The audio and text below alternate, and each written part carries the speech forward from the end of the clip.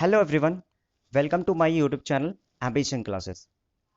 आज हम इस वीडियो में देखने वाले हैं झारखंड बोर्ड द्वारा जारी इंग्लिश कोर का मॉडल क्वेश्चन पेपर, जो क्लास 12 के साइंस, कॉमर्स और आर्ट्स तीनों स्ट्रीम के लिए इम्पॉर्टेंट है। इस मॉडल क्वेश्चन पेपर को अगर देखें तो इसमें 100 मार्क्स के क्वेश्चंस जो दिए गए हैं। इससे पहले जो है विद्यार्थियों में ये डाउट था कि इस बार क्वेश्चन जो है कैसे रहने वाले हैं, इसका पैटर्न क्या रहेगा, कितने क्वेश्चन कितने मार्क्स के पूछे जाएंगे। तो इन सभी प्रश्नों का उत्तर जो है इस मॉडल क्वेश्चन पेपर में मिल जाएगा। इसमें टोटल 40 क्वेश्चन जो है वो 1 मार्क्स के हैं, जो मल्टीपल चॉइस क्वेश्चन भी हैं, कुछ फीलर्स भी हैं। तो आज मैं इस 40 क्वेश्चन को करवाने वाला हूँ, जो आपके आने वाले एग्जाम्स के लिए बहुत ही इंपॉर्टेंट रहने वाले हैं। तो चलिए पहले क्वेश्चन के साथ वीडियो शुरू करते हैं। जैसे कि आप देख सकते हैं पहले क्वेश्चन में है read the passage and answer the questions from 1 to 10। आप इस पैसेज को केयरफुली एक बार पढ़ लोगे। मैं इसे पढ़ने में टाइम वेस्ट नहीं करूंगा क्योंकि वीडियो फिर लंबा बन जाएगा।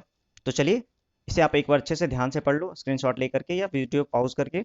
उसके बाद क्वेश्चन नंबर 1 पे आ जाना। पहला क्वेश्चन है the famous pyramid of Khufu is known as. इसे और किस नाम से जाना जाता है? तो इसे और नाम से जाना जाता है पिरामिड ऑफ चॉप्स। चॉप्स, इसे चॉप्स के नाम से भी जाना जाता है। अगला क्वेश्चन है where did the ancient Egyptians place the mummies of their pharaoh. मतलब वो इजिप्टियन जो है अपने ममीज को कहाँ प्लेस करते थे? तो इसका सही आंसर हो जाएगा इन पिरामिड। वो क्या करते थे? पिरामिड में उसे प्लेस करते थे। ओके, अगला क्वेश्चन है हमारा कि why did the ancient Egyptian place the mummies of their pharaohs. ठीक है, तो इसका आंसर हो जाएगा because they believe the body would not decay inside this structure. मतलब उन्हें बिलीव था कि बॉडीज जो होते हैं वो डीके नहीं होते हैं। डीके मतलब वो निम्नीकृत नहीं होता, दैट्स मीन वो बायोडिग्रेडेबल नहीं होता स्ट्रक्चर के अंदर। अगला क्वेश्चन है हमारा 4th नंबर कि what is the power that the pyramid of Khufu is believe to have. तो उसमें क्या क्या पावर जो है बिलीव किए जाते हैं? People sleep better, headache go away, seeds grow faster, या ऑल ऑफ दिस। तो इसका सही आंसर हो जाएगा दोस्तों ऑल ऑफ दिस। ठीक है, अगला क्वेश्चन की ओर बढ़ते हैं। अगला क्वेश्चन है how many small pyramids did the coach of hockey team hang above the locker room door. तो लॉकर डोर रूम के ऊपर हॉकी टीम के कोच ने 25 जो है पिरामिड, स्मॉल पिरामिड लटकाया था। तो इसका आंसर हो जाएगा 25। अगला क्वेश्चन है फिलर इस प्रकार से है कि the famous pyramid of Khufu is located in. ये कहाँ लोकेटेड है? तो ये लोकेटेड है इजिप्ट में। तो इसका आंसर हो जाएगा इजिप्ट। आप एक बार केयरफुली पैसेज पढ़ लोगे तो इसका आंसर आप बहुत आसानी से दे सकोगे। अगला क्वेश्चन है the famous pyramid of Khufu is believe to have special power known as. उसे क्या कहते हैं? पेक्यूलियर पावर भी कहते हैं। ठीक है ना, तो इसका सही आंसर हो जाएगा पेक्यूलियर पावर। ठीक है, आप देख लोगे पावर होता है। तो 7 नंबर का क्वेश्चन हो गया। 8 नंबर क्वेश्चन की ओर देखते हैं। तो 8 नंबर का क्वेश्चन क्या हो जाएगा? The ancient Egyptian place the mummies of their Feroz in pyramid. मतलब वो ममीज को पिरामिड में प्लेस करते थे। ठीक है, पिरामिड हो गया। ठीक है, तो इसका सही आंसर हो जाएगा pyramid.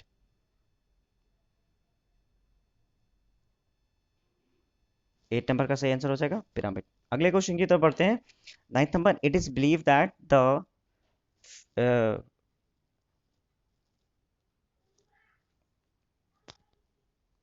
Shape of pyramid gives it power. मतलब क्या है? पिरामिड का जो शेप है उसे पावर देता है। अगला क्वेश्चन है हमारा 10th number the the coach of hockey team hung 25 small pyramids above the door. ठीक है, तो ये इस प्रकार से आपके फीलर कंप्लीट हो जाते हैं। अब यहाँ कुछ और भी क्वेश्चंस हैं जो लॉन्ग टाइप आंसर है, वो मैं नहीं देखने वाला इस वीडियो में। आगे बढ़ते हैं और देखते हैं अगला फीलर। फीलर में क्या है यहाँ पे आप देख सकते हो। 20 नंबर क्वेश्चन से उसके पहले क्या है, आपको यहाँ पे एक पैसेज दिया गया है।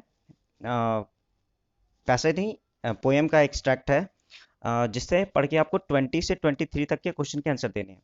क्या है? आप पढ़ लो एक बार। Driving from my parents home to Cochin last Friday morning. I saw my mother beside me, doors open mouthed, her face ashen like that of corpse, and realized with pain. तो क्वेश्चन है इससे related क्या है कि name the poem. तो ये poem कौन सा है? तो ये पोएम है option number B, my mother at 66। ठीक है, उसका पार्ट है ये। अगला क्वेश्चन है कि who has compose this lines, this poem. तो इसका आंसर हो जाएगा ए, कमला दास। कमला दास ने इस लाइंस को लिखा है। अगला क्वेश्चन है हमारा कि where was the poet driving to.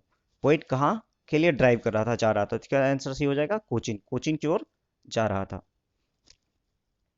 जा रही थी, क्योंकि कमला दास है।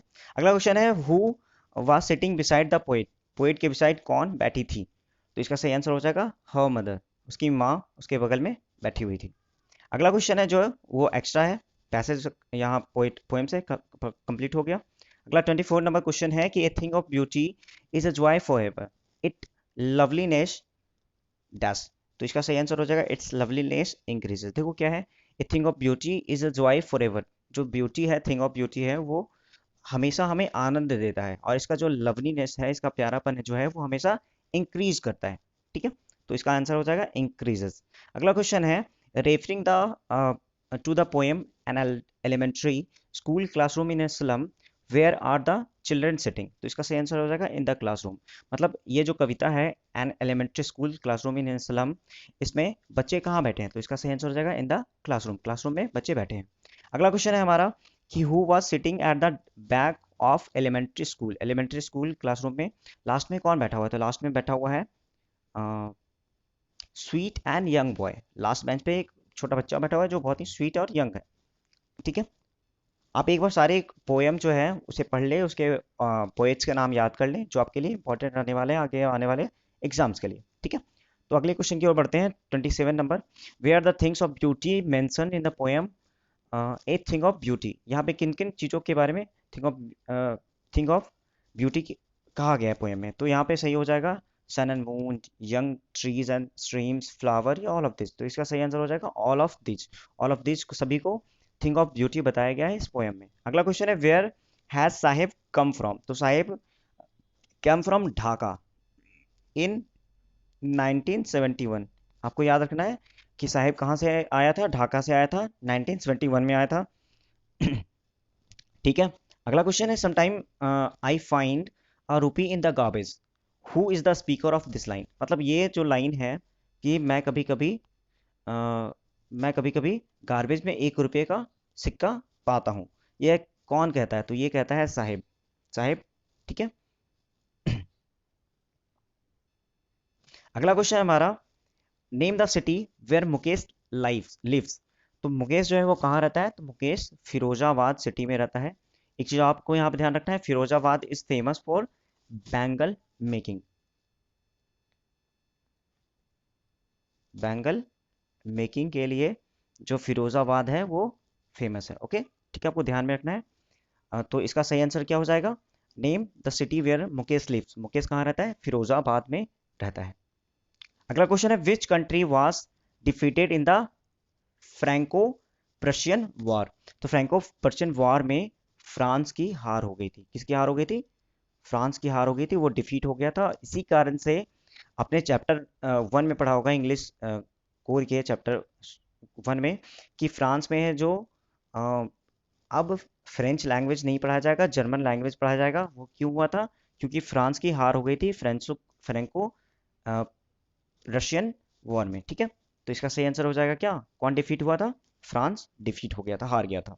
अगला क्वेश्चन है which language was taught by M Hamel in school. M Hamel जो उस स्कूल के टीचर थे, जो उसका लास्ट लेसन था, वो फ्रेंच पढ़ाते थे, क्योंकि अगले दिन से क्या था बच्चों? अगले दिन से वहाँ फ्रेंच नहीं, जर्मन भाषा पढ़ाया जाना था। तो इसका सही आंसर हो जाएगा जर्मन। आप इसे एक बार अच्छे से कहानी भी पढ़ लो ताकि आपको समस्या ना हो। आप कहानी अगर पढ़ोगे तो इन सारे क्वेश्चन के आंसर बहुत ही आसानी से आप दे सकोगे। ठीक है, 33 नंबर के क्वेश्चन की ओर बढ़ते हैं। 33 नंबर क्वेश्चन है who is the author of deep water. Deep water एक कहानी है आपकी बुक से, जिसके राइटर का नाम है विलियम डगलस। ठीक है, विलियम डगलस डीप वाटर के ऑथर है। ठीक है, अगला क्वेश्चन है हमारा कि Indigo is excerpt from which book of the author. तो देखो बच्चों, ये प्रश्न है कि इंडिगो जो कहानी है हमारा, वो कौन से बुक से लिया गया है? तो ये बुक से लिया हुआ है the life of Mahatma Gandhi. ठीक है, ये the life of Mahatma Gandhi book से ये पार्ट लिया गया है जिसका नाम है इंडिगो। ठीक है, अगला क्वेश्चन है हमारा इंडिगो से ही कि हु वाज राजकुमार शुक्ला। राजकुमार शुक्ला कौन थे? तो वो थे एक Rajkumar Shukla was a poor peasant. Peasant बोलते हैं हम लोग किसान को। ठीक है, जो एक छोटे से किसान थे जिन्होंने चंपारण आंदोलन में अहम भूमिका निभाई थी। ठीक है, तो इसका सही आंसर हो जाएगा पुअर पीजेंट। अगला क्वेश्चन है हमारा कि who is the writer of we too are human beings. आपको याद रख लेना है इसके राइटर का नाम है बामा। ठीक है, we too are human beings इसके राइटर का नाम है बामा।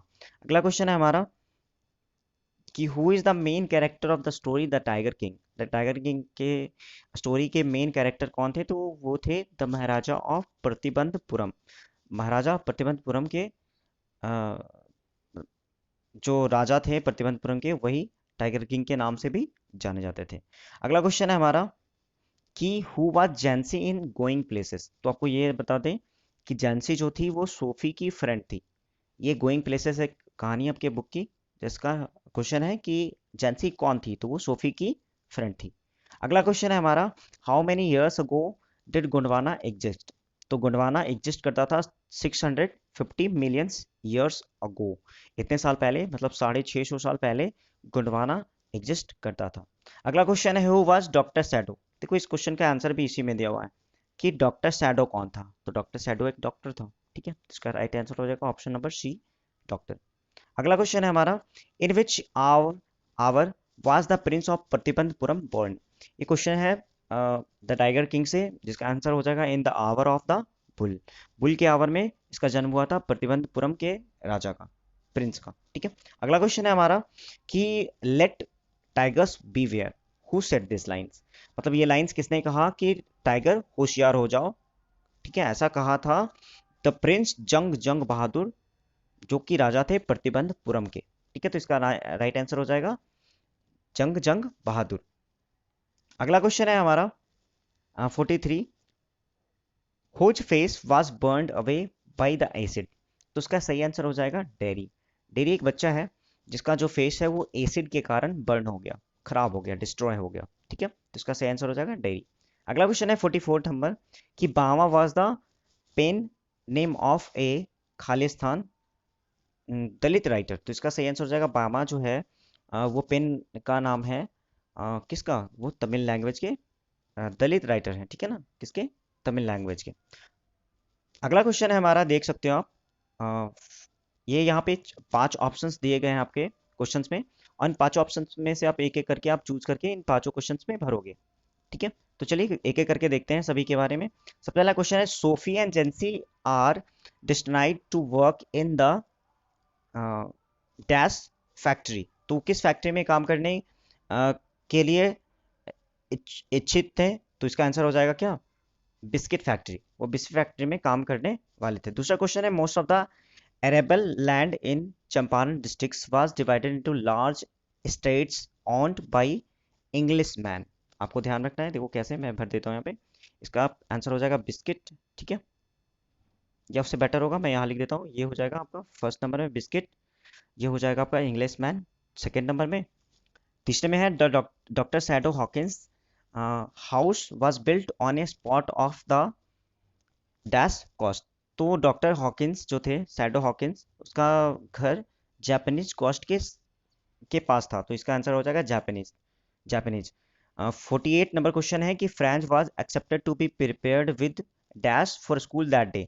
मतलब फ्रेंच जो उसके स्कूल का लास्ट डे था, लास्ट लेसन था, वो किस चीज़ की तैयारी करके गया था? उसके लास्ट लेसन में क्या पढ़ाया गया था? तो उसके लास्ट लेसन में पार्टिसिपल्स जो है वो पढ़ाया गया था। तो इसका सही आंसर हो जाएगा पार्टिसिपल्स, चौथे में यहाँ पे आप भर दोगे पार्टिसिपल्स।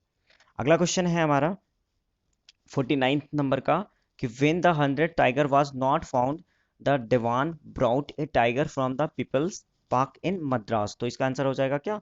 5th नंबर में मद्रास। 5th नंबर इस प्रकार से है फर्स्ट, सेकेंड, थर्ड, फोर्थ, और ये 49 के लिए मैंने 5th लिखा है। तो इस प्रकार के इसके आंसर हो जाएंगे, आप नोटबुक में इसे नोट डाउन कर लो। इस प्रकार से आपके 40 मल्टीपल चॉइस क्वेश्चन कंप्लीट हो जाते हैं। आप चैनल को सब्सक्राइब कर लीजिए ताकि इसके और भी इंपॉर्टेंट क्वेश्चन जो है मैं पार्ट बी में करके बताऊं, ताकि आपके सारे क्वेश्चन जो हैं वो बन सके। तब तक के लिए इतना ही, धन्यवाद। Thanks for watching my video.